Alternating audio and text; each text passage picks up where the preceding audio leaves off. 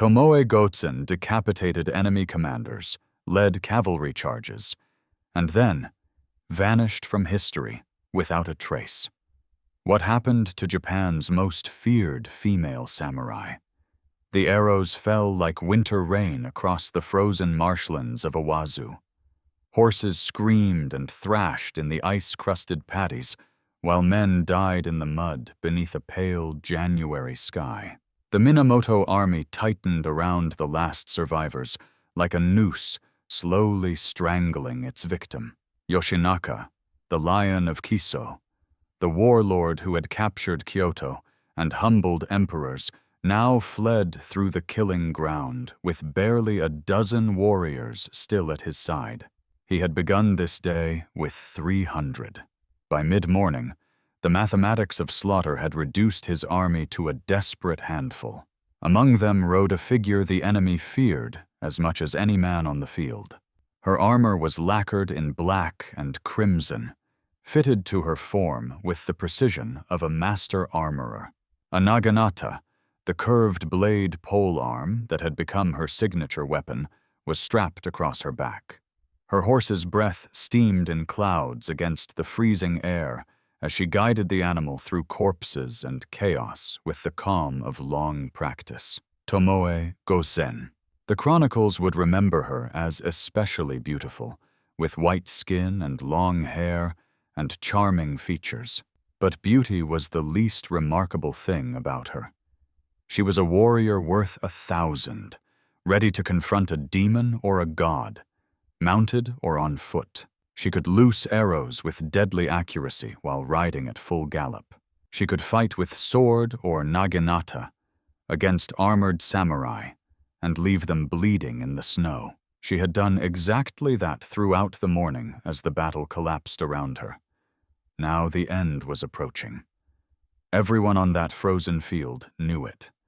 The enemy cavalry pressed closer, sensing blood, sensing the kill that would end the Kiso rebellion forever.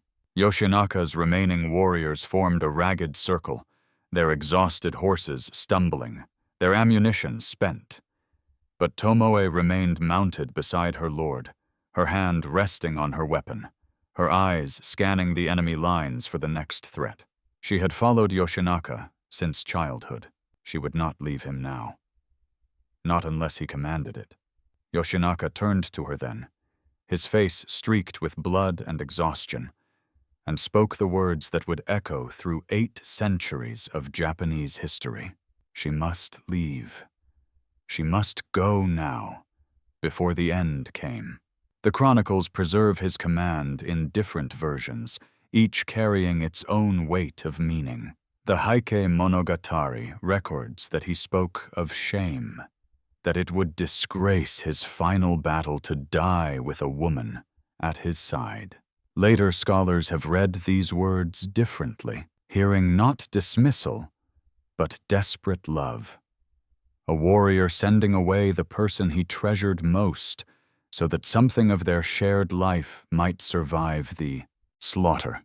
Perhaps both interpretations are true. Perhaps neither captures what passed between them in that frozen moment. Tomoe did not want to leave. Everything in her training and her loyalty demanded that she stay and die beside him. But as she hesitated, she saw a rider approaching through the chaos. Honda no Moroshige, an enemy commander of considerable reputation, was bearing down on their position. She made her choice. Tomoe kicked her horse forward and charged directly at Moroshige.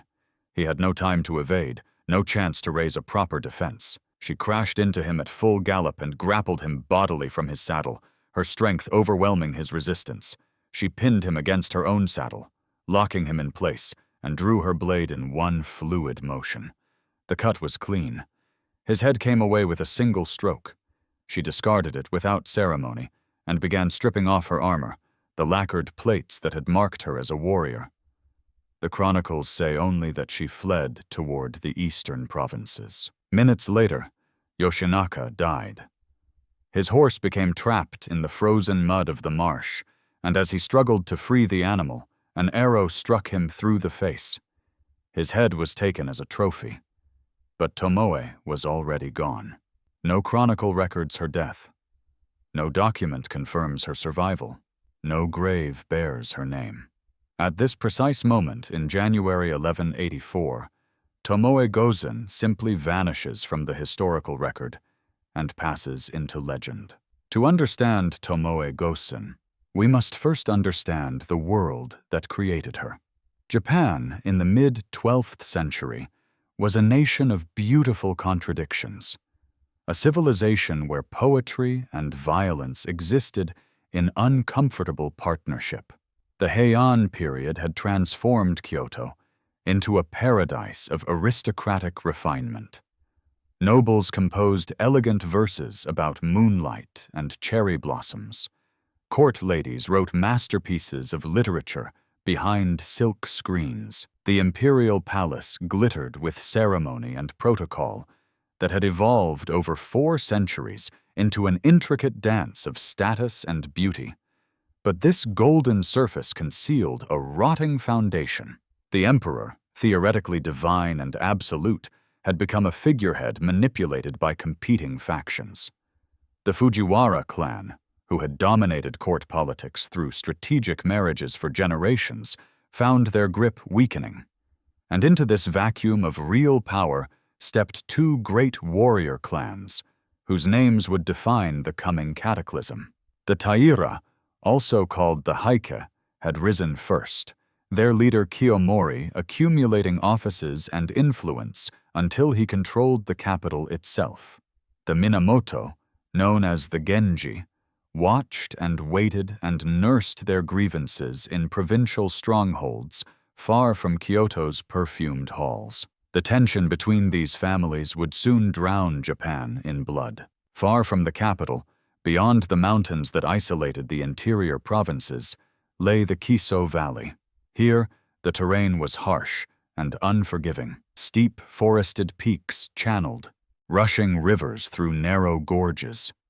Communities survived through toughness and self-reliance, producing warriors who knew nothing of court poetry but everything about survival.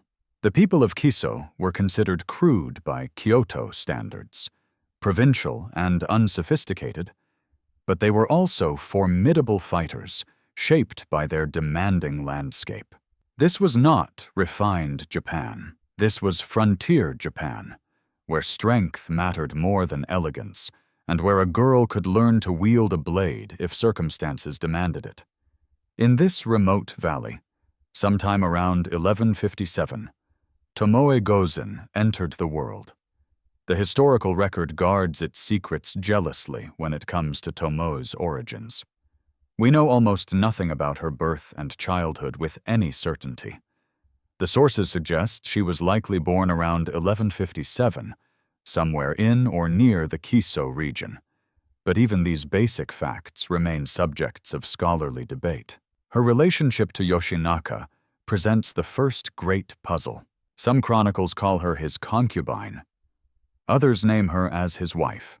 Still others describe her as his foster sister, raised in the same household from infancy.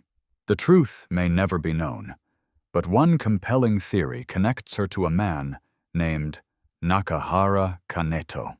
Kaneto served in the household that sheltered Yoshinaka, and some traditions identify him as Tomoe's father. If this is true, then Tomoe and Yoshinaka grew up together as something like siblings, their bond forged in childhood before either understood the destiny awaiting them.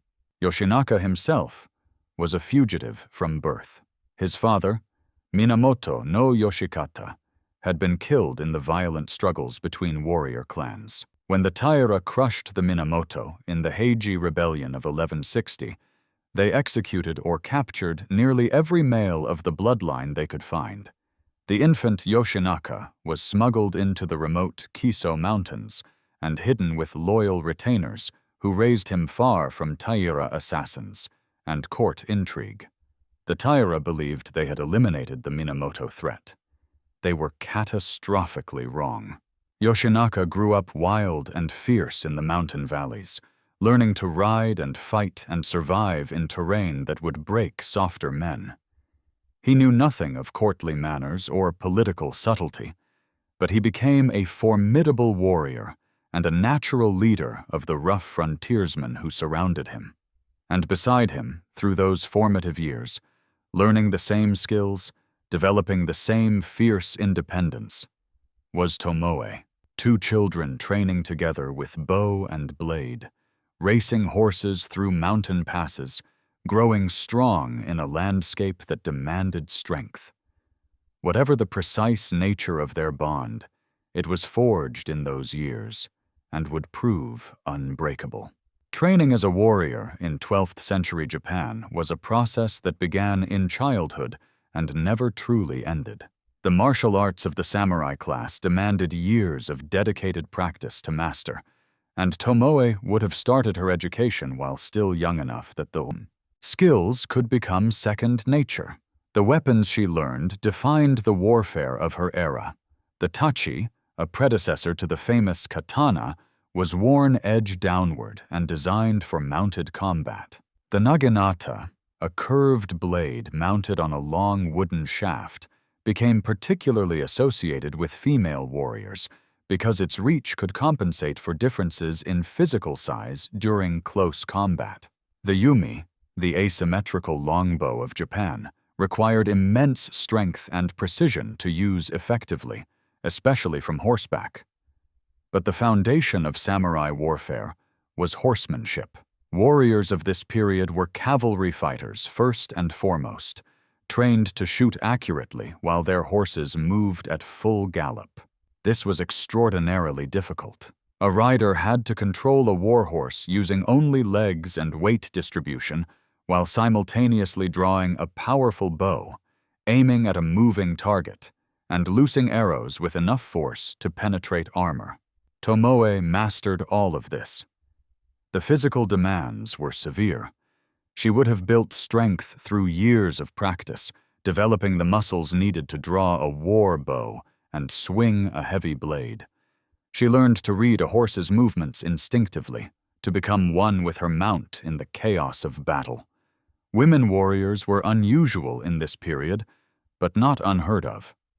The tradition of onna bugeisha, female martial artists, had roots in frontier communities where survival sometimes required every capable person to fight.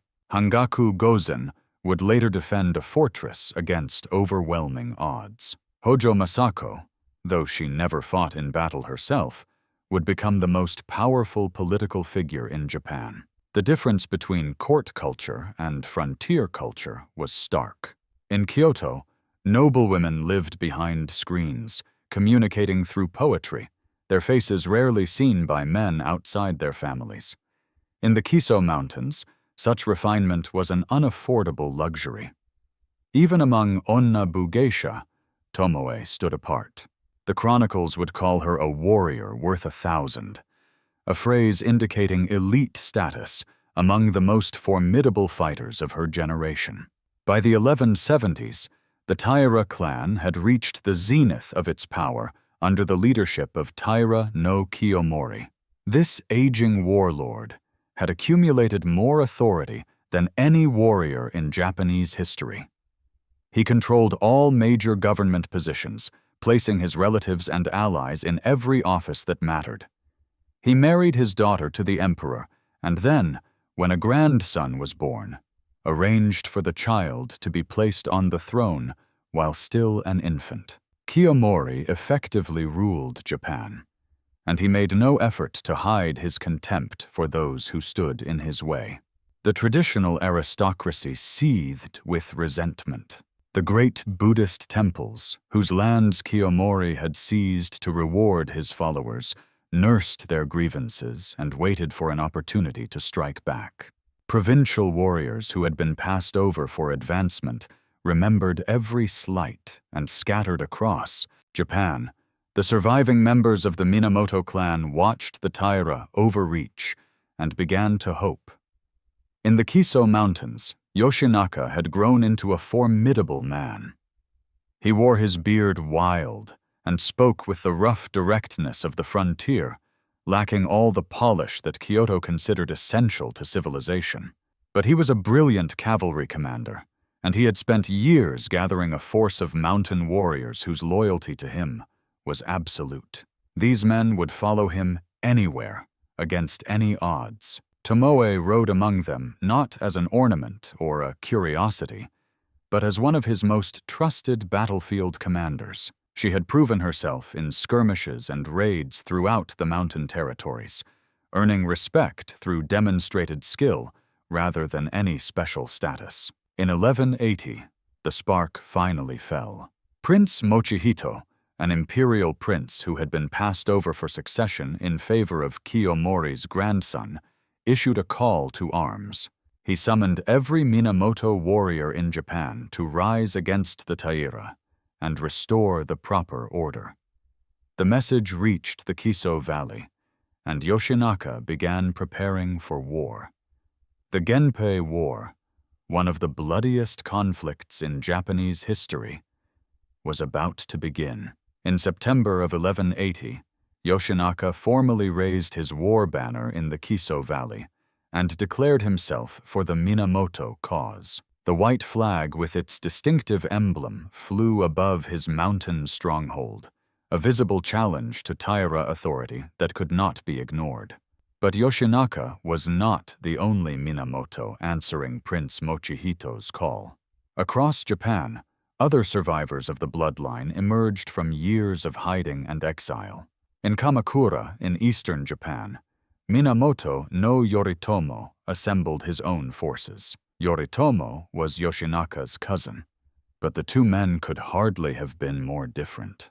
Where Yoshinaka was rough and direct, Yoritomo was calculating and patient. He understood court politics in ways that Yoshinaka never would, and he had already begun building the administrative structures that would eventually become Japan's first military government. Yoritomo's younger half-brother Yoshitsune soon joined him, bringing a genius for battlefield tactics that would make him legendary.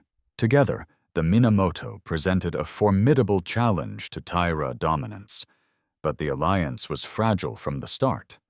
The Minamoto were united in their hatred of the Taira, yet deeply divided in everything else. Yoritomo watched Yoshinaka's growing reputation with suspicion rather than celebration. Every victory his cousin won increased a rival's power rather than his own. Yoshinaka either failed to recognize these political currents or simply did not care. He focused on the war in front of him, leading his mountain warriors in raids against Taira-held territories. They won skirmishes and ambushes, captured supplies, and recruited new fighters. With each success, more warriors flocked to his banner. Tomoe commanded cavalry units in these early campaigns, riding in the vanguard of attacks, and earning a reputation that spread far beyond the Kiso region. Enemy warriors began to speak of her with a mixture of fear and disbelief. A woman who could fight like a demon, a killer who showed no mercy. The legend was taking shape. Combat in the Genpei War was intimate and savage. Battles typically began with mounted archery, opposing cavalry forces racing toward each other while loosing arrows at full gallop. The thunder of hooves mixed with the whistle of shafts and the screams of horses and men struck down in the opening exchanges. When the lines closed, fighting became hand-to-hand. Warriors grappled with naginata and sword, dragging opponents from their saddles to finish them on the ground. The goal was not merely to kill, but to take heads, the physical proof of victory that determined rewards and reputation. Tomoe fought in the heart of this brutality. She was not a symbolic presence carried along to inspire the troops. She was a combat officer who led men into killing grounds and brought them out again, or did not. The sources describe her cutting down enemy warriors with her naginata, taking heads with the efficiency of long practice, and surviving engagements that left corpses piled around her. When she charged, men followed. When she held a position, it held. The psychological impact on enemies was profound. Facing a woman who could kill violated every expectation, created a moment of hesitation that skilled warriors exploited ruthlessly. That confusion cost lives. Taira forces sent to suppress the Kiso rebellion met unexpected resistance. Yoshinaka's mountain warriors knew the terrain intimately and used it to devastating effect, ambushing supply columns and raiding camps before melting back into forests and valleys. His reputation grew with each victory, and Tomoe's legend grew alongside it. In Yoshinaka's household, another woman waited. Yamabuki Gozen was everything Tomoe was not. Gentle, refined, trained in the feminine arts that Kyoto valued. The chronicles describe her as too ill to ride to war when the campaigns began. Whether this illness was physical or temperamental, the result was the same. Yamabuki remained behind while Tomoe rode into blood and chaos. The contrast illuminates Tomoe's exceptional nature. Even among the women closest to Yoshinaka, she stood alone. In the early summer of 1183, the Taira dispatched an enormous army to destroy Yoshinaka, once and for all. The chronicles claim 100,000 warriors marched north to crush the mountain rebel. And while this number is certainly exaggerated, the force was overwhelming by any measure. Yoshinaka had perhaps half that number, possibly far less. By conventional military logic, his rebellion should have ended in the narrow passes of the northern mountains. Instead, those passes became the site of one of the most devastating ambushes in Japanese history. Kurikara Pass was a natural killing ground, a steep defile where a large army became a liability rather than an advantage. Yoshinaka studied the terrain and devised a plan of ruthless brilliance. He divided his forces into multiple units and sent them circling through hidden mountain paths to position themselves behind and around the Taira host. A diversionary force engaged the enemy directly, fixing them in place while the trap closed. When darkness fell, Yoshinaka unleashed chaos. His men had gathered oxen from local farms and tied burning torches to their horns. They drove these maddened animals directly into the Taira camp. Soldiers woke to fire and screaming cattle charging through their lines. Before they could organize a response, cavalry struck from multiple directions simultaneously. The Taira broke. Panic spread through their ranks like wildfire as men realized they were surrounded in unfamiliar terrain with enemies attacking from everywhere. Thousands died in the initial assault. Thousands more fell from cliffs in the darkness as they tried to flee, their bodies tumbling down rocky slopes to pile in the valley below. The Heike Monogatari would later claim that corpses accumulated so deep that travelers could walk across the pass without touching the ground. The chronicles do not specify Tomoe's role at Kurikara, but as one of Yoshinaka's leading commanders, she would have ridden in the vanguard of those devastating cavalry charges. The road to Kyoto now lay open before them. The Taira fled Kyoto in panic as Yoshinaka's victorious army approached. They abandoned the capital they had dominated for decades, taking with them the child emperor as a hostage and bargaining chip. In July of 1183, Yoshinaka rode into the imperial city as a liberator and conqueror. He was the first Minamoto to set foot in Kyoto since the disastrous Heiji rebellion over 20 years before. He had destroyed the Taira's main army. He controlled the ancient capital. He stood at the absolute pinnacle of his power. This was the moment when everything began to go wrong. Yoshinaka's mountain warriors were magnificent fighters, but terrible occupiers. They knew nothing of court protocol or aristocratic sensibility. They drank heavily, looted temples and mansions, and treated the refined nobles of Kyoto with open contempt. To men who had survived the harsh winters of Kiso, these perfumed courtiers seemed weak and ridiculous. They saw no reason to pretend otherwise. Yoshinaka himself proved equally disastrous in the political arena. He used crude provincial speech that made aristocrats wince. He ignored ancient protocols that governed proper behavior in the presence of royalty. He made demands when he should have made requests, and he treated centuries of tradition as obstacles rather than foundations. The retired Emperor Go Shirakawa observed these blunders with the patience of a spider watching prey stumble into its web. Go Shirakawa had survived decades of political turmoil by understanding power better than anyone in Japan. He had invited Yoshinaka to Kyoto, but he had no intention of allowing a mountain warlord to control him. In Kamakura, Yoritomo received detailed reports of his cousin's missteps and allowed himself a cold smile of satisfaction. Tomoe would have walked through this alien world during those months, a female warrior in a city that had never seen anything like her. Court ladies communicated through poetry and hid behind screens, never showing their faces to strange men. Tomoe had cut the heads from enemy warriors. The contrast required no commentary. Go Shirakawa had mastered the art of political survival through decades of turmoil, and he recognized in Yoshinaka both a useful tool and a temporary problem. The retired emperor played a delicate game, granting the mountain warlord titles and honors with one hand, while sending secret messages to Yoritomo with the other. He encouraged the Kamakura lord to move against his cousin, promising imperial support for whoever emerged victorious. Go Shirakawa intended to weaken both Minamoto factions and preserve his own freedom to maneuver. Yoshinaka found himself increasingly isolated. The court aristocrats despised him and his uncouth warriors. The great Buddhist temples distrusted his intentions toward their lands and privileges. His supply lines stretched thin across hostile territory, and then disaster struck. A severe famine gripped the capital region, leaving civilians desperate for food.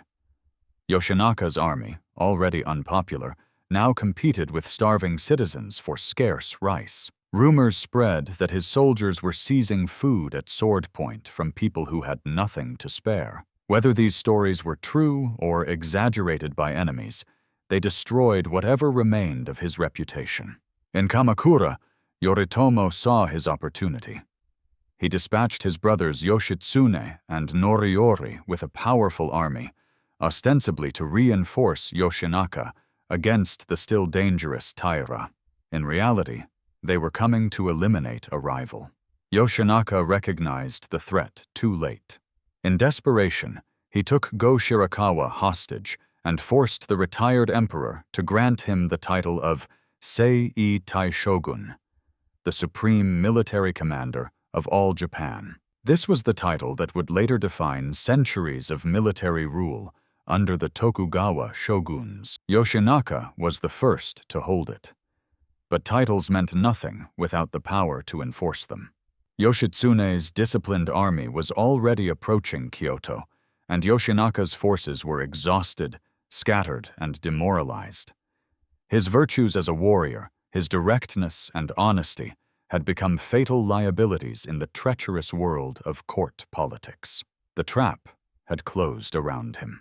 Yoshitsune and Noriyori brought their armies into the Kyoto region in January of 1184, and the contrast with Yoshinaka's forces was devastating. These were disciplined warriors, well supplied and fresh, numbering in the tens of thousands.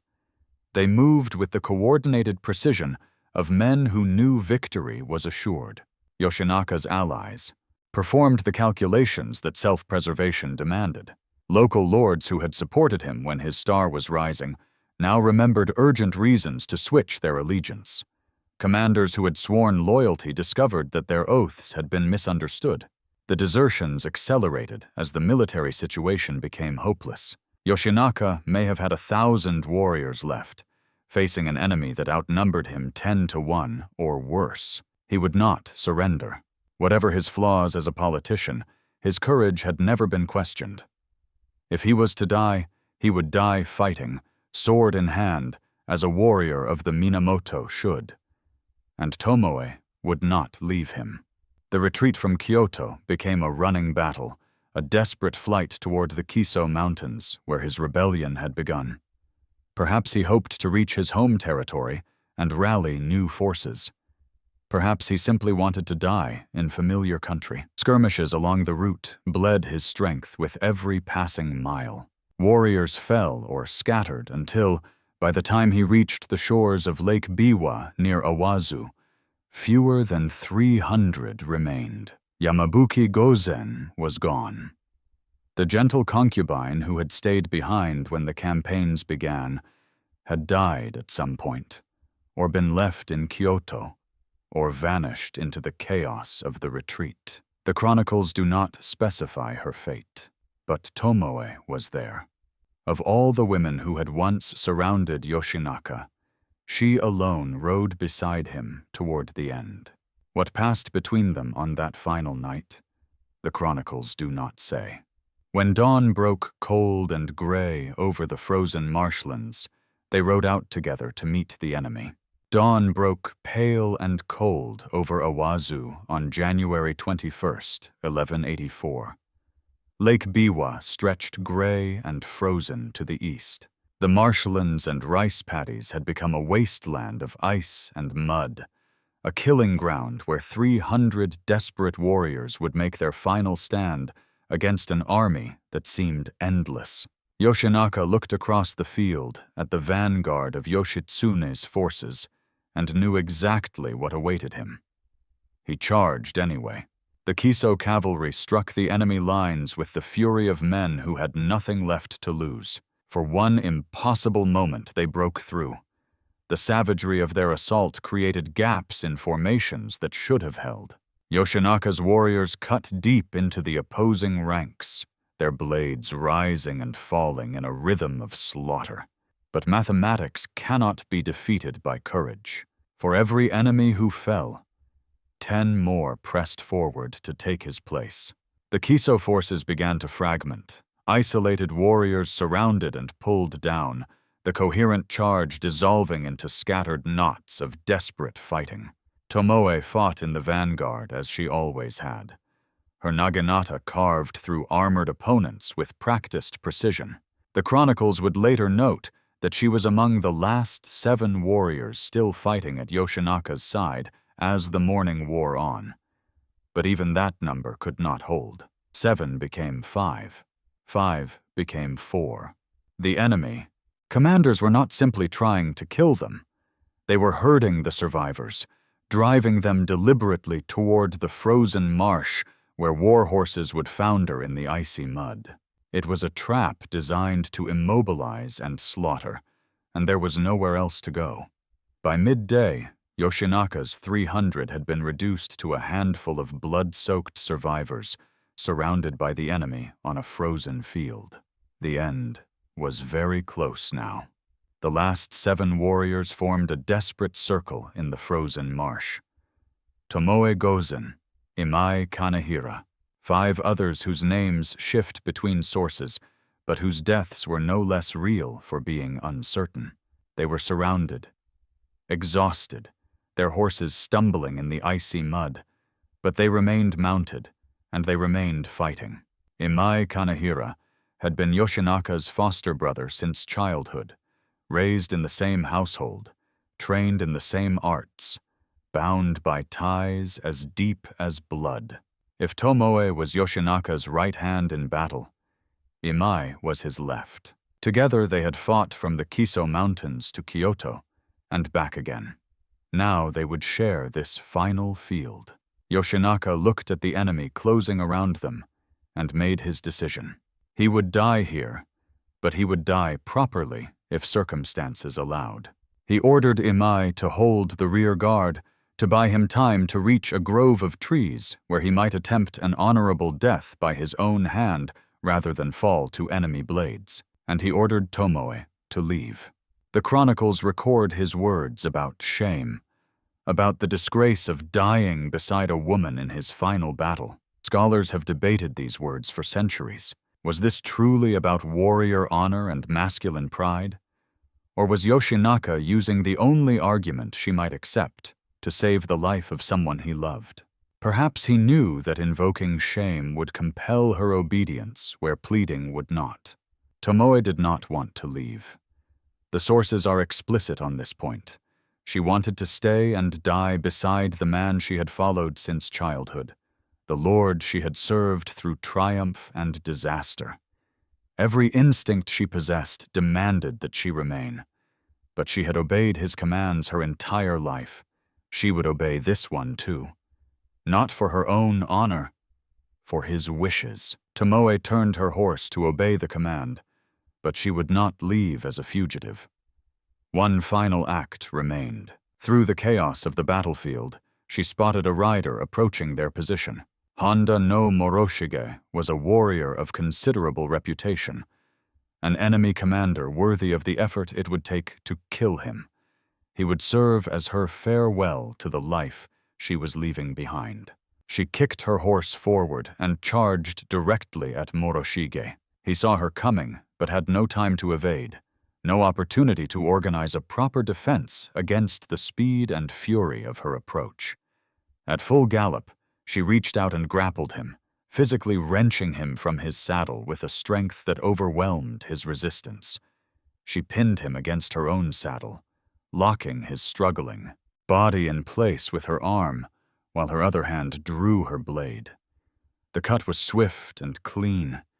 His head separated from his shoulders with a single stroke. She threw the head aside without a second glance. She did not need the trophy.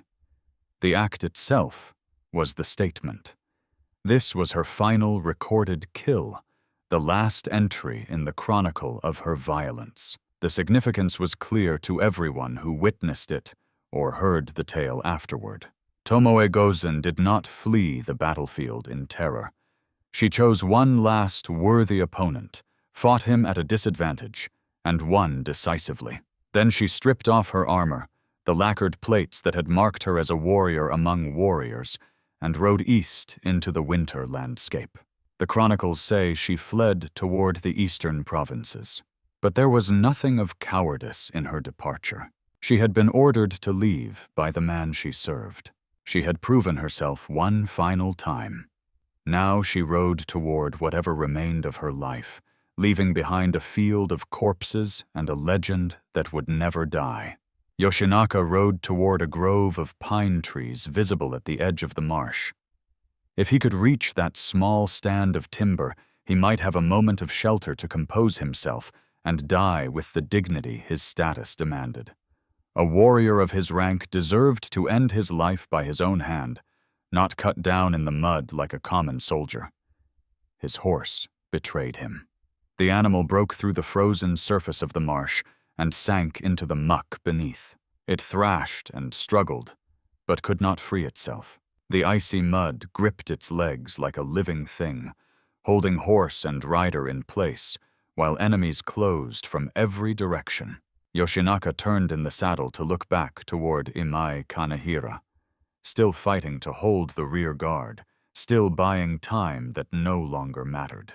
In that moment of stillness, an arrow struck Yoshinaka in the face. The shaft punched through the visor of his helmet and killed him instantly. He slumped forward onto his horse's neck, the lion of Kiso finally silent. Enemy soldiers rushed forward to claim the head of the man who had once conquered Kyoto. Imai saw his lord fall and understood that his own duty was complete. He would not allow himself to be captured, would not give the enemy the satisfaction of parading him as a trophy. He placed the point of his sword in his mouth and aimed the blade toward the back of his skull. Then he threw himself head first from his horse. The impact drove the steel through his brain. The Battle of Awazu was over. The Kiso Minamoto line was extinguished in mud and blood and frozen marsh water. Yoshitsune's victory was absolute. But somewhere to the east, riding through the winter landscape with her armor abandoned and her weapons still wet, Tomoe Gozen was alive. The Heike Monogatari offers only a single phrase to describe what happened next. Tomoe fled toward the eastern provinces. Those few words are the last contemporary record of her existence, and they raise more questions than they answer. The eastern provinces in 1184 meant the Kanto region, the frontier territories that would eventually become the heart of samurai Japan and the site of modern Tokyo. This was the homeland of the warrior class, a place where martial skill was valued above courtly refinement. But it was also the stronghold of Minamoto no Yoritomo, the very man whose armies had just slaughtered Yoshinaka at Awazu. Tomoe was riding directly into enemy territory.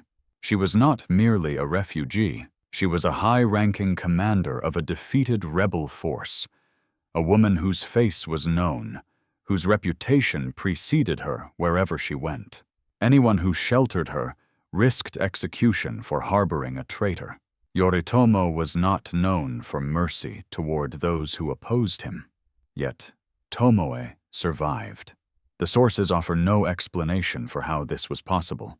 Perhaps she had family connections in the eastern provinces, whose names history has not preserved.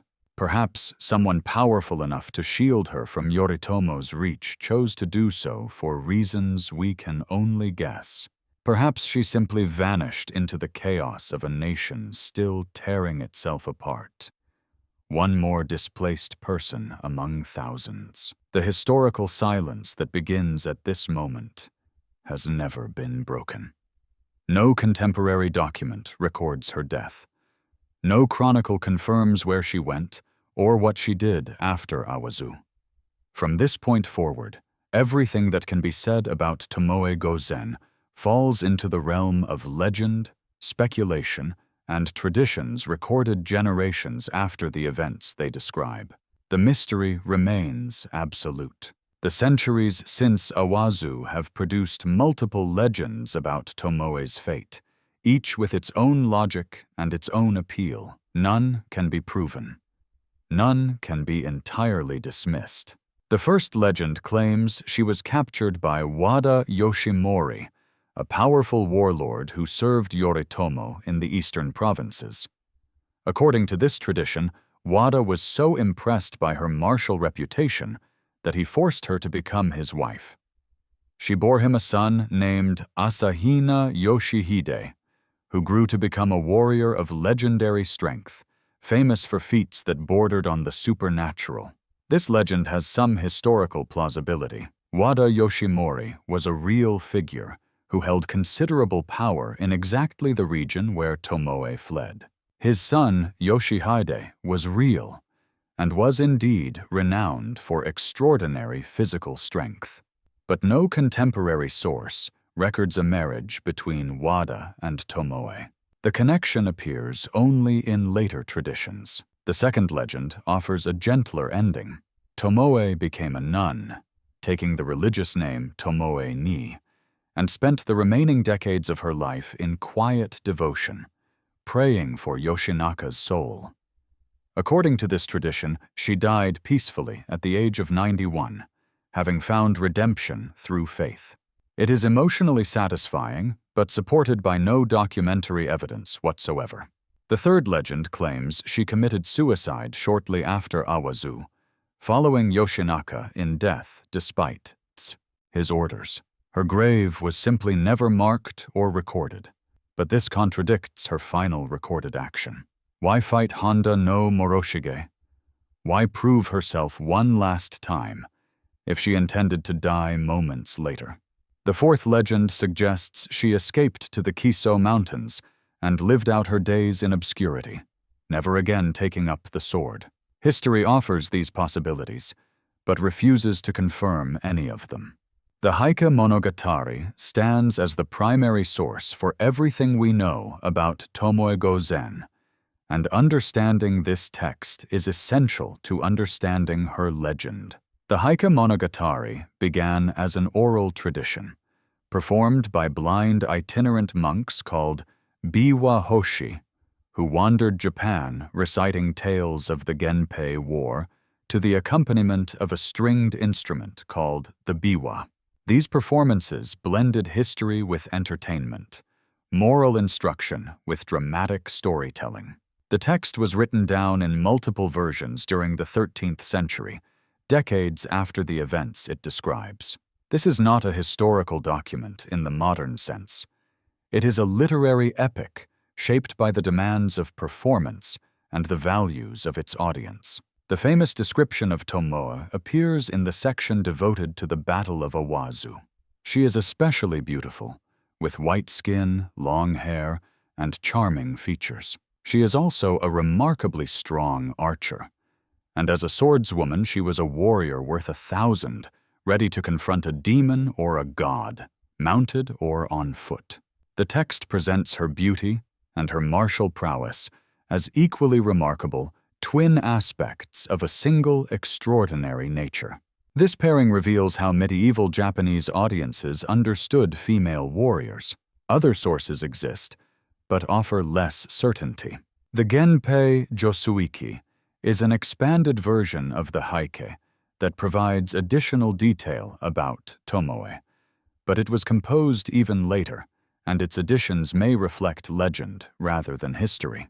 Most significantly, the Azuma Kagami, the official chronicle compiled by the Kamakura shogunate that Yoritomo founded, barely mentions Tomoe at all. This silence may be meaningful. The Azuma Kagami was written by the victors, and Tomoe had fought for the wrong side.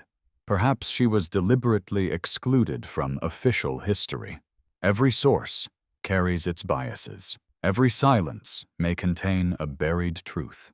Modern historians have spent generations attempting to separate the historical Tomoe from the legendary one. The effort has produced consensus on some points and endless debate on others. What can we say with reasonable confidence? She existed. The Heike Monogatari is a literary work, but it was composed within living memory of the Genpei War. The Biwa Hoshi, who first performed these tales, did so for audiences that included veterans of the conflict and their immediate descendants. A complete fabrication of such a prominent figure, inserted into accounts of well-documented battles, would have been challenged and rejected. The specificity of the accounts argues for authenticity, the exact number of remaining warriors at various points in the battle, the name of the enemy commander she killed, the detail about stripping off her armor before fleeing. These feel like eyewitness details preserved through oral tradition rather than later inventions. She was associated with Yoshinaka's household in an intimate capacity. Whether this relationship was that of wife, concubine, or foster sister remains genuinely uncertain, as the sources contradict each other. She fought in battles, and she fought effectively. This much the chronicles assert repeatedly and consistently. She survived Awazu. The text explicitly states that she fled toward the eastern provinces rather than dying on the field. Beyond these core facts, certainty dissolves. Scholarly debate continues over how much embellishment later generations added to her story. Some historians argue that medieval and early modern audiences shaped Tomoe into a figure that served their own needs for entertainment, moral instruction, or commentary on gender. Others maintain that the essential narrative is historically reliable. The frustrating truth is that we will probably never know with certainty what happened to her after she rode east from Awazu. Some mysteries cannot be solved. They can only be contemplated. Tomoe Gozen was extraordinary, but she was not unique. The tradition of onna bugeisha, female martial artists, existed alongside the male warrior culture that dominates popular imagination. Women in samurai households often trained in combat arts, primarily to defend their homes when their husbands and fathers rode to war. Some went further.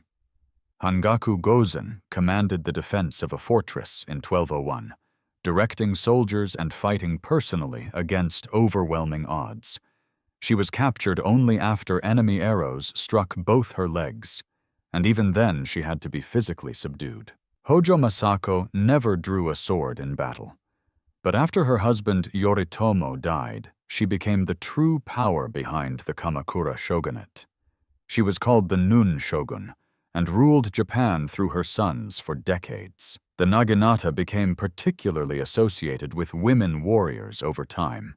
This curved blade on a long pole allowed a fighter to maintain distance from opponents and compensated for differences in raw physical strength.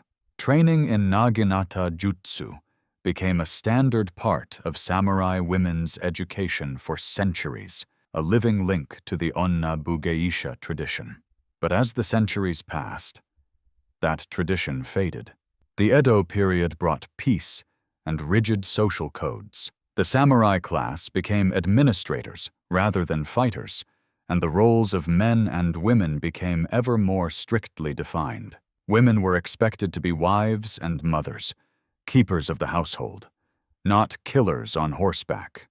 The image of the samurai became exclusively male, and the fighting women of earlier eras were pushed to the margins of memory.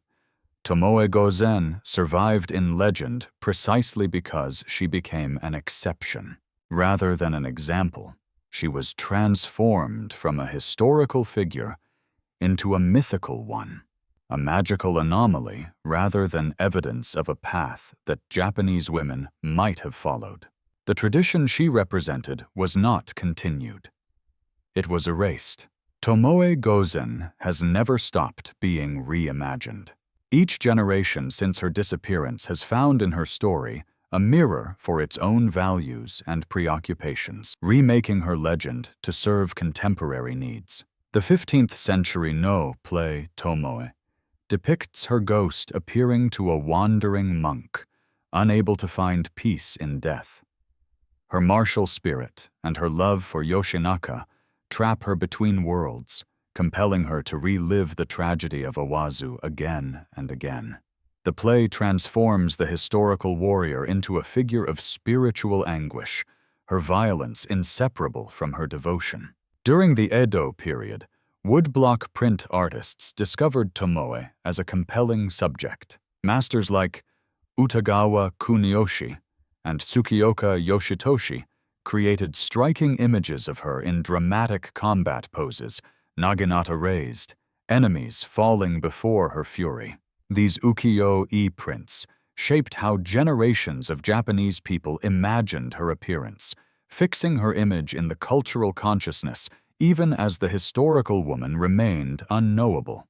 Kabuki theater incorporated her into multiple plays, presenting her as a figure of tragic nobility whose martial excellence only deepened the pathos of her loss. Modern popular culture has embraced her with equal enthusiasm.